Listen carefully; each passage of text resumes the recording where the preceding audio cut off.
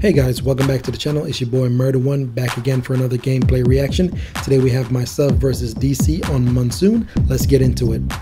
Alright guys, so we got Monsoon loaded up here. This, as I said before, is going to be a game between me and DeadCenter, which is my clanmate from back in the day.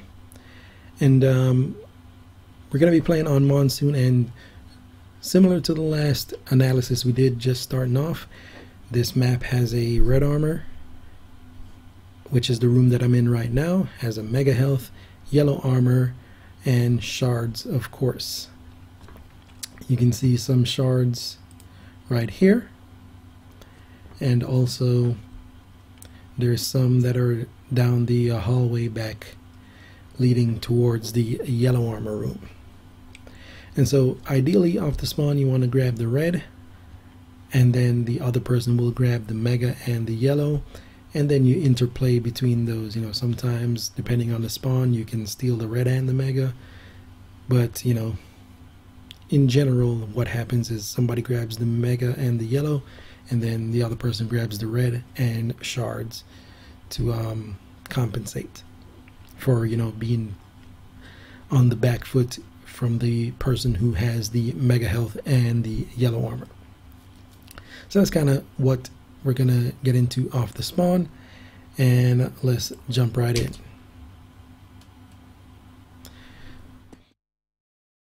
So starting off, we spawn in the middle. We could decide to go for the mega health or the red there. We see him go in the red room, so we go and get the mega, and he steals the yellow as well. Now, DC, we have a long history because we, back in the day, many years ago, I saw that he had potential in Duel, but he was just running around doing, you know, basic things like just shooting. His movement was good, aim was good, everything was good. He was just missing the tactics. So we played like a million duels together, and I kind of taught him how to play the maps like how I play them. So what you'll see in this duel is that he's very well educated on what I'm going to be doing, and you can sort of see like the dance of how you're supposed to play a duel. That's why I specifically picked this game, because things went in his favor and he made great plays, you know, for the majority of the match. So that's why I'm using this specific replay. And you'll see, just wanted to give you that history so you know that, you know, we played a ton of duels together, so he's very well familiar with what I'm going to do, where I stand, the angles I take, that sort of thing.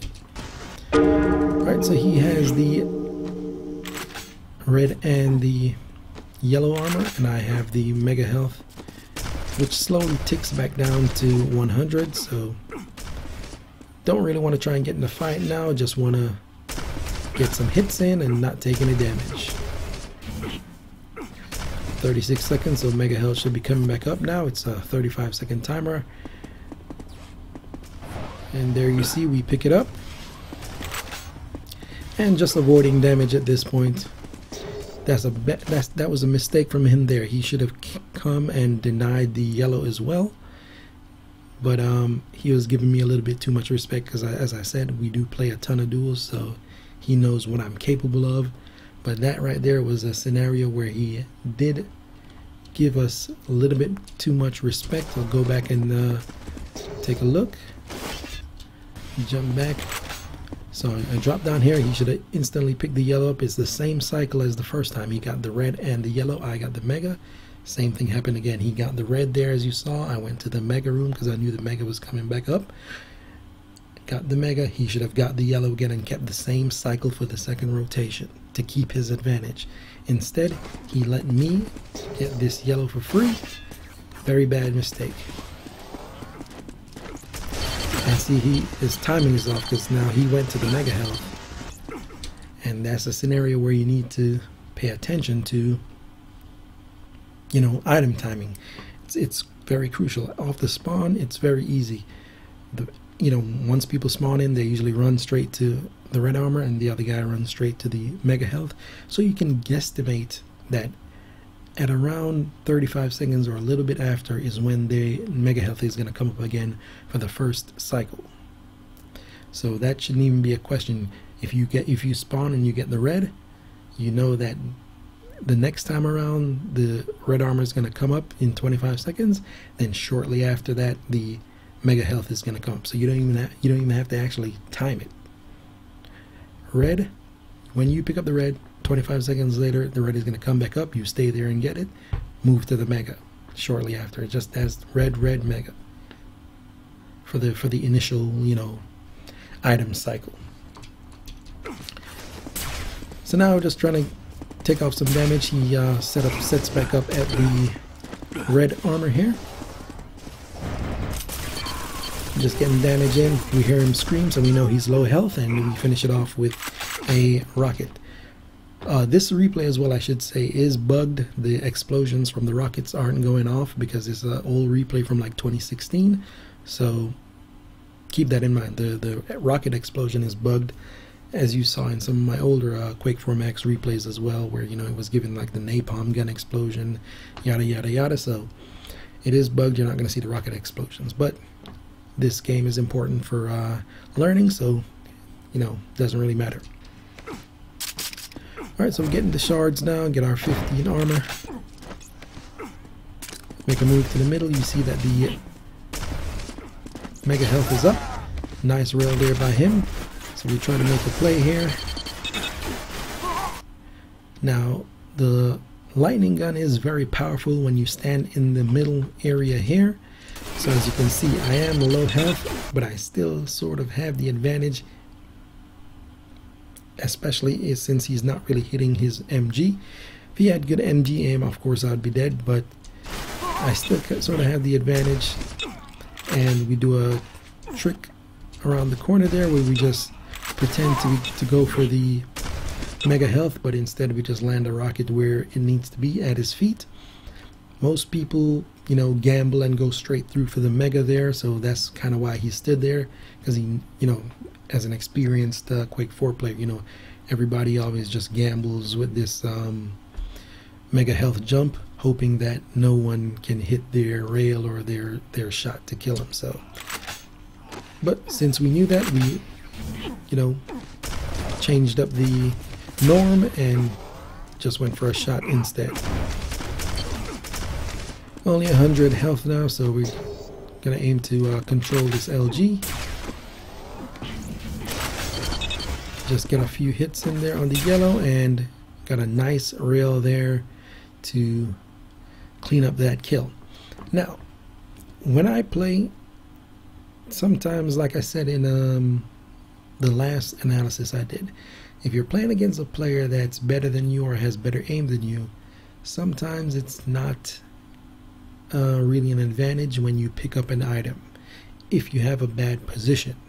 So a lot of times the inverse of that is, if you're the better player, a lot of times you can just let the other person pick up an item if you know that you're going to have the positional advantage. So a lot of times you'll see me let him get the mega, let him get the red, and let him get the yellow, and I don't go into the room to contest because I know that I can just burn off half of it immediately and then just switch positions to another part of the room to burn off the rest. So it's not really a, you know, a big deal. Now if I'm playing against an equally skilled player to me or better, then it's a massive deal. But, you know, you got to know who you're playing.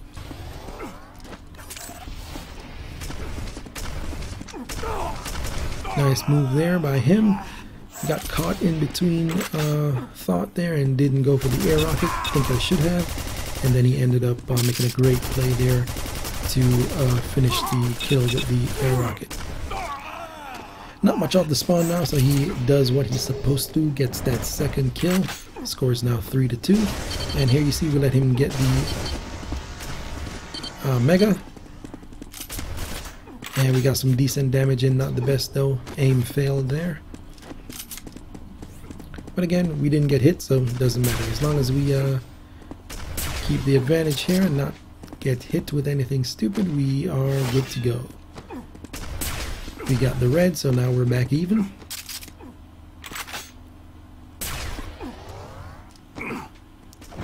missed our jump there, but it worked out because he thought we went the other way. Caught him head on now.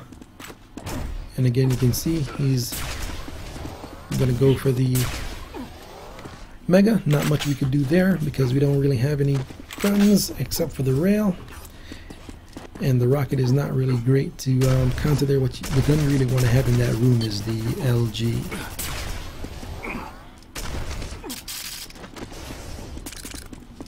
So now I'm just staying in his face, touching him with the LG, you know, sort of daring him to kill me. Making things uncomfortable, you know, as I like to do. And so now I'm pushing him off items. As you can see there, he was very well aware that he was at the disadvantage there, so we were able to push him off the item.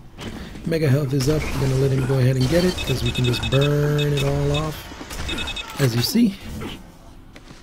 So, as I said before, you got to be aware of those situations.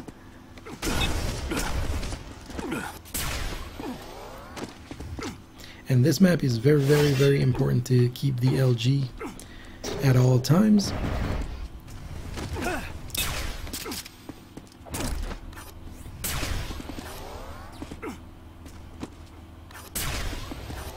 Some people play this map very rail heavy, but you know, every Quake 4 map I play LG heavy, not necessarily rail heavy. So good move there by him. Couldn't really prevent that one because we are low. So we're just, you know, in ninja mode. We're avoiding damage and trying to get shots where we can, which is what you want to do when you're out of control. Just playing back, I'm railing. Even the score out there. And by score I mean, like, you know, health and armor. Looking for another pot shot now to even things up. Was able to delay him there in the red armor room and then even the score back out with by getting the mecha. He of course got the red. Got a rail in on him. That's 90 damage. So now we're in the advantage. And so now we look to hunt him down because you want to find him in this little window here where he is, you know, has less resources than us, health and armor wise. He held a trap at the top of the stairs there, so we couldn't go in. But we just push him out of the red armor room. Mega should be coming up soon again. So we're just touching him, keeping him, you know, from getting the Mega. Nice rail there. And then we move in to try and clean up the kill there. Failing to do so, but you know, same thing applies as before. Since we have low health, not a good advantage, we just back off, try to rail from long distance, and try to slowly get our health and armor back up. Not trying to force any fights now because we are on the back foot. Gotta be, like I said in the last one, you gotta be aware of where you are in the fight. So now we got the yellow, now we got the Mega, now we can fight. So we try to hunt him down. Got the shards there, so he knows where we are. We just saw him there. Nice rocket there by him. He knows exactly where I'm gonna be basically at all times, and vice versa. Excellent rocket there from him. And so we go and try to get the Mega again.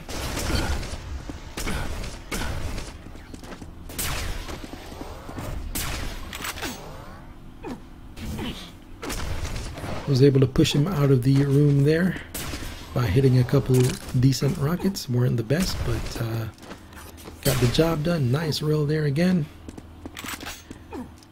And so these long range rails is, you know, ideally how you want to be using the railgun. You don't want to be medium range, you don't want to be up close, because Quake 4's movement is so fast that even if you hit a rail medium range, you're still kind of at a disadvantage because it takes so long for your second shot to occur that even if you switch weapons, you're going to be at a massive disadvantage anyway. If they have the rocket or the LG, you're going to be losing a lot of health before you can shoot again after you hit a close or mid-ranged rail. Against somebody with bad aim, that won't matter, but against somebody with good aim, you are probably going to be dead. Nice move there now. He still got the red, but we're still able to do enough damage to burn it off. Mega health is coming back up again. I'm spamming these two areas here because that's usually where they stand to get an angle to shoot at the mega. People usually rail from right here, or they'll zoom around the corner with the LG or the rocket.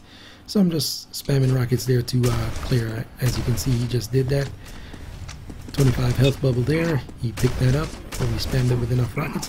Had to jump off the platform there because it's like a short, tight little cubby hole. So if he, shoots the rocket directly at it, I'm going to get hit with a lot of splash damage. So we jump off to avoid, jump straight through the teleporter just to be able to get the height advantage, and then we can now make another move for it as we go along.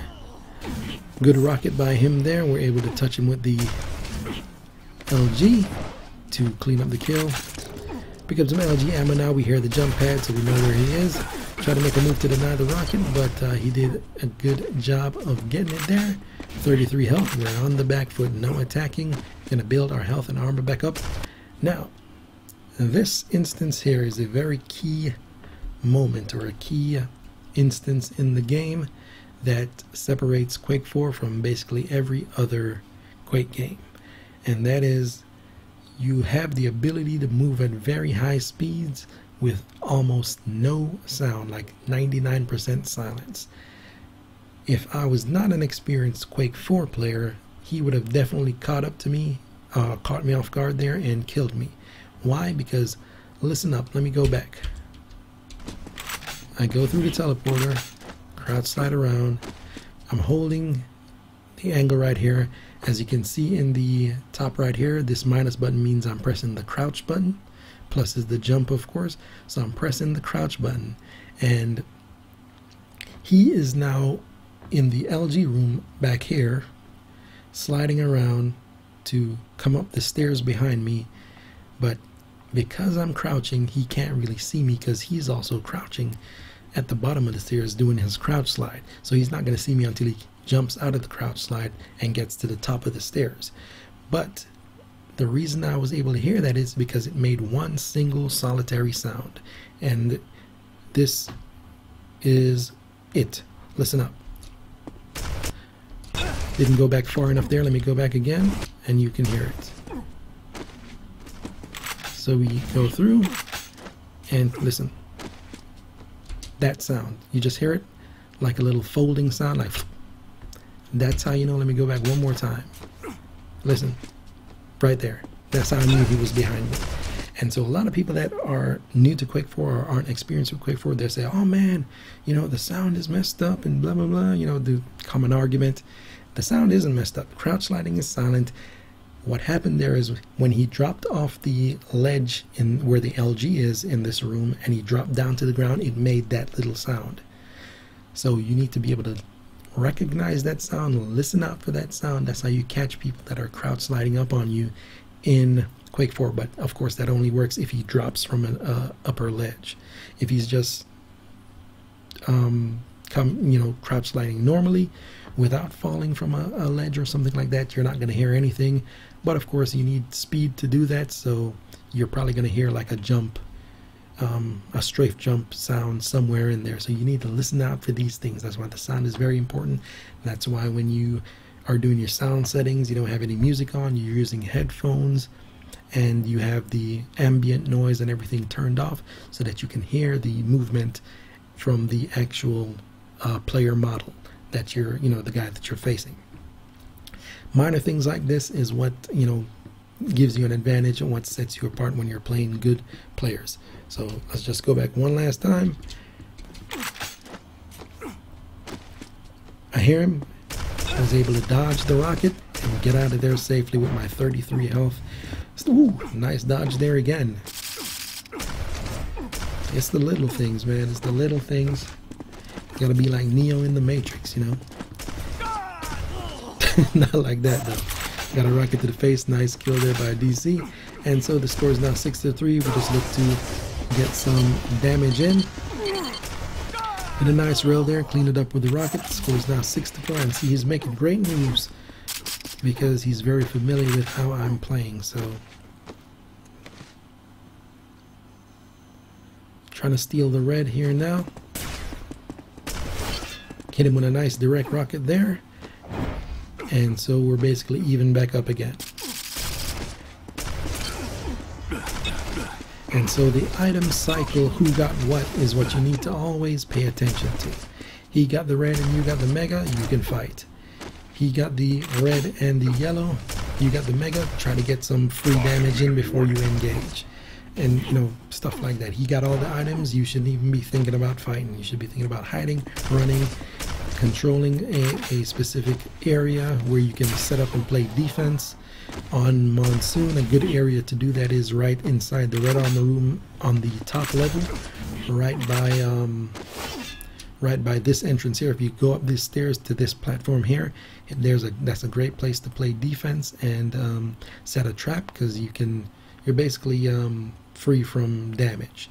If you stay right here, you can re-up rockets at the top rocket spawn. You can hear when they jump up the little ramp there from the LG to the rocket, so you can just fall down into this room if they come that way. If they come this way, you stand right here with a rocket launcher or LG, and you just, you know, prevent them from going through this choke point. And if they come to the bottom, you can just spam rockets or whatever from the top down to the red armor, and then safely make your way out. So that's a great place to play defense on this map. Nice rail again there by me. I've hit probably 3 or 4 of those. And that's free damage, man. 90 damage in Quake 4 is the railgun, so we know that we can make a move after we hit one of those because we have the advantage. We waltzed into 3 straight rockets though, which is not advised, but you know, as I said before, when I play I like to do borderline disrespectful things just to, you know, send a message. Is this a mental message to send to the opponent? I probably got that from my extensive history in fighting games. In fighting games, it's very, you know, like that. You do disrespectful things, you walk people down, or rush them down as we call it in the fighting game scene. And, you know, you sort of force the issue. If they're a competent opponent, they're going to properly, you know, they're going to do what they're supposed to do and kill you or play accurate defense and mitigate your brazen attempts to rush them down. Or if not, you know, you're going to balloon the score up and demolish them. So that's that. But he did what he was supposed to do there and followed up. Same thing again off the spawn. Even the score out now with the LG, and so now he did what he's supposed to do. So now we switch gears and we're going to go back to playing you know, like we're supposed to. So off the spawn we have nothing. We covered the teleporter exit there with some grenades, picked up the yellow armor, picked up the rocket. We're building our character up. We can now play defense because we got the rocket, and we're just going to try the ninja mode and avoid damage and get some pot shots in, set traps, yada yada yada. Waiting on this rocket now,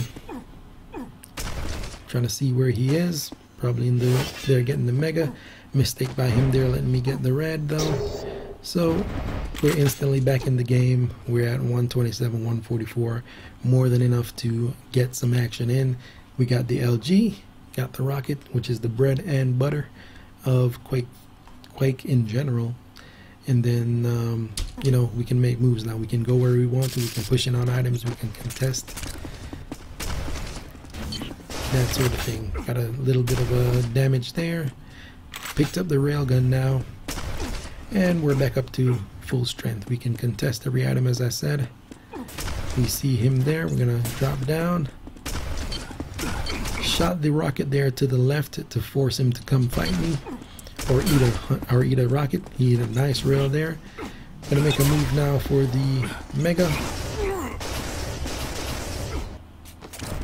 Hit a nice rail there and was a little bit early. And so in situations like this, as I said, you see I was a little bit early because I wasn't really timing the items exactly. Versus a good player, you have to time exactly or you'd be dead in that situation. So when you hear me say before in games that you don't really have to time exactly, that's if you're playing like an intermediate or a beginner or a slightly past intermediate player. You know what I'm saying? Because they're going to give you, like, if you make that mistake and get to the mega health early and they kill you, chances are down in the game or down in another game somewhere they're going to do that same mistake again. But if you're playing like a semi-pro or pro player, they're timing that item exactly every single time, so you're never going to get that chance, and you know, you're just going to get, that's going to be basically a free kill you're giving up every time you play a player of that caliber. So you know, very important to know who you're playing against and their level, and you do that by, you know, doing these sort of disrespectful things, I call them. Not disrespect in a bad way, but you know, doing things you're not supposed to do, like not timing the item and sitting on the spawn for way too long. So key scenario here as well. Let's go back. Goes up the teleporter, we look through the crack, we got a rail on him, so now we're in hunting mode. He knows that, I know that, so he's going to try to avoid me. I'm going to try to hunt down and figure out where he is, probably underneath here. Yep, there we go. Try to cut him off here so we can make moves. Try to trap him in here, not in the red armor now. Get a nice kill before it spawns. We pick that up, so now we're in control. We're going to chase him down as best we can.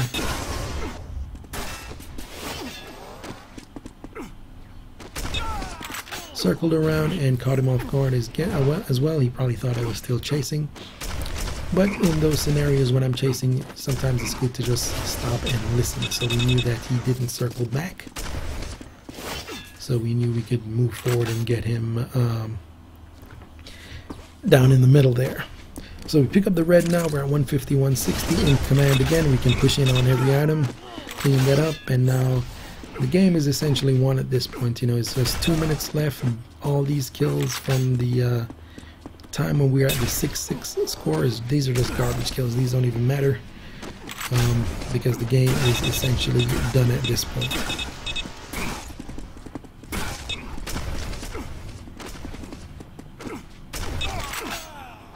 And so now the score balloons up because he has to try to force the issue, and you know, because the time is running out. So these are just free kills. As I said, they don't really matter. The game is already decided.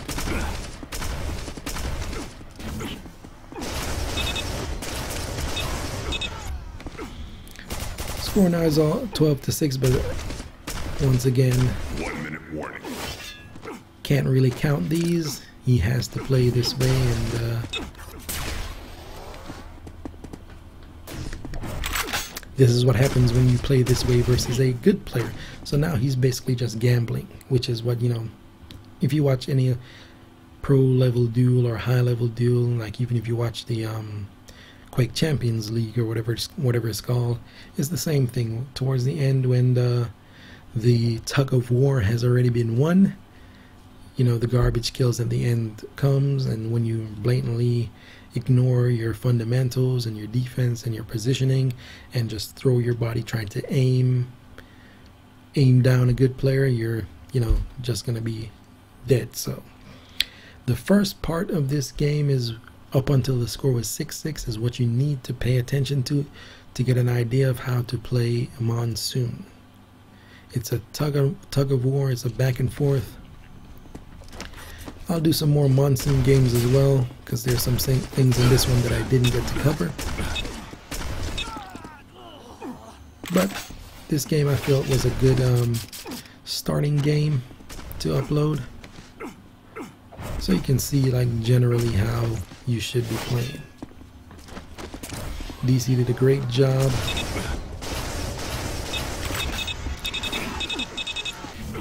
And just another example there of what I said before. If you have what you need, which is I got 200 LG, I can safely let him go and get the mega health without worry. I'm at 96, 183. If he gets the mega there, he's in this little cubby hole with me in the LG, and he has to drop out or fall out. When you are playing, like I said, you don't want to go up jump pads versus a good player with the LG, and you also don't want to fall on anyone who is good with aiming when they have the LG, because this is what's going to happen. All that mega health is gone, and now all the rest of his health is gone. So him getting that mega health didn't even matter. The position was bad, and when you get into the higher levels, you gotta recognize that situation there before it happens and know that, okay, he has the LG, and you have to think, can I go get this mega and safely make it out of here? If the answer is no, because the guy you're playing is good, it's best to just back out of there and then wait one item cycle to try to make a safer play. So even doing things like just sitting by the yellow armor for 2-3 cycles is something you can do, right? If somebody got the mega and then they got the red, you know they have 200 health and 100 armor. Let's say you got the yellow armor, so you have 100 health, 50 armor. What you should do from that point on is go look for some shards. The shards on this map, let's see, there's 3 up top here, so that's 15 you could get, and then there's I think 4 on the way over to the yellow armor as well. There's green bubbles which give you +5 health, so that's 15 health that you can get. You need to supplement your health and armor. If the other person has the big items, you need to supplement your health with the smaller items, and then wait 25 seconds. Don't try to fight. So if they get the mega and they get the red, get your yellows, get your shards, get your green bubbles, and wait 25 seconds.